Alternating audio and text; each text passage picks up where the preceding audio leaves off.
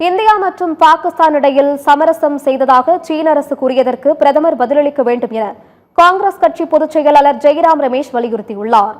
Operation Sindoor நடவடிக்கைகளை தொடர்ந்து India மற்றும் பாகிஸ்தான் இடையில் நடைபெற்ற மோதல்களை முடிவுக்கு கொண்டு வருவதற்காக சமரசம் செய்ததாக சீன வெளியுறவு அமைச்சர் வாங் யி தெரிவித்துள்ளார்.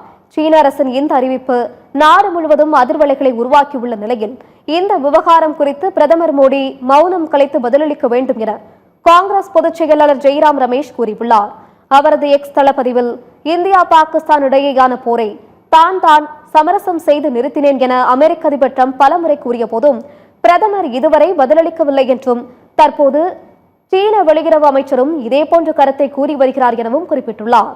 ஆபரேஷன் சிந்தூர் திடீரென முடிவுக்கு கொண்டு வரப்பட்டதில் சீனா என்ன பங்கு வகித்தது என்பது குறித்து இந்திய மக்களுக்கு தெளிவுபடுத்த வேண்டும் என்று ஜெய்ராம் ரமேஷ் வலியுறுத்தியுள்ளார்.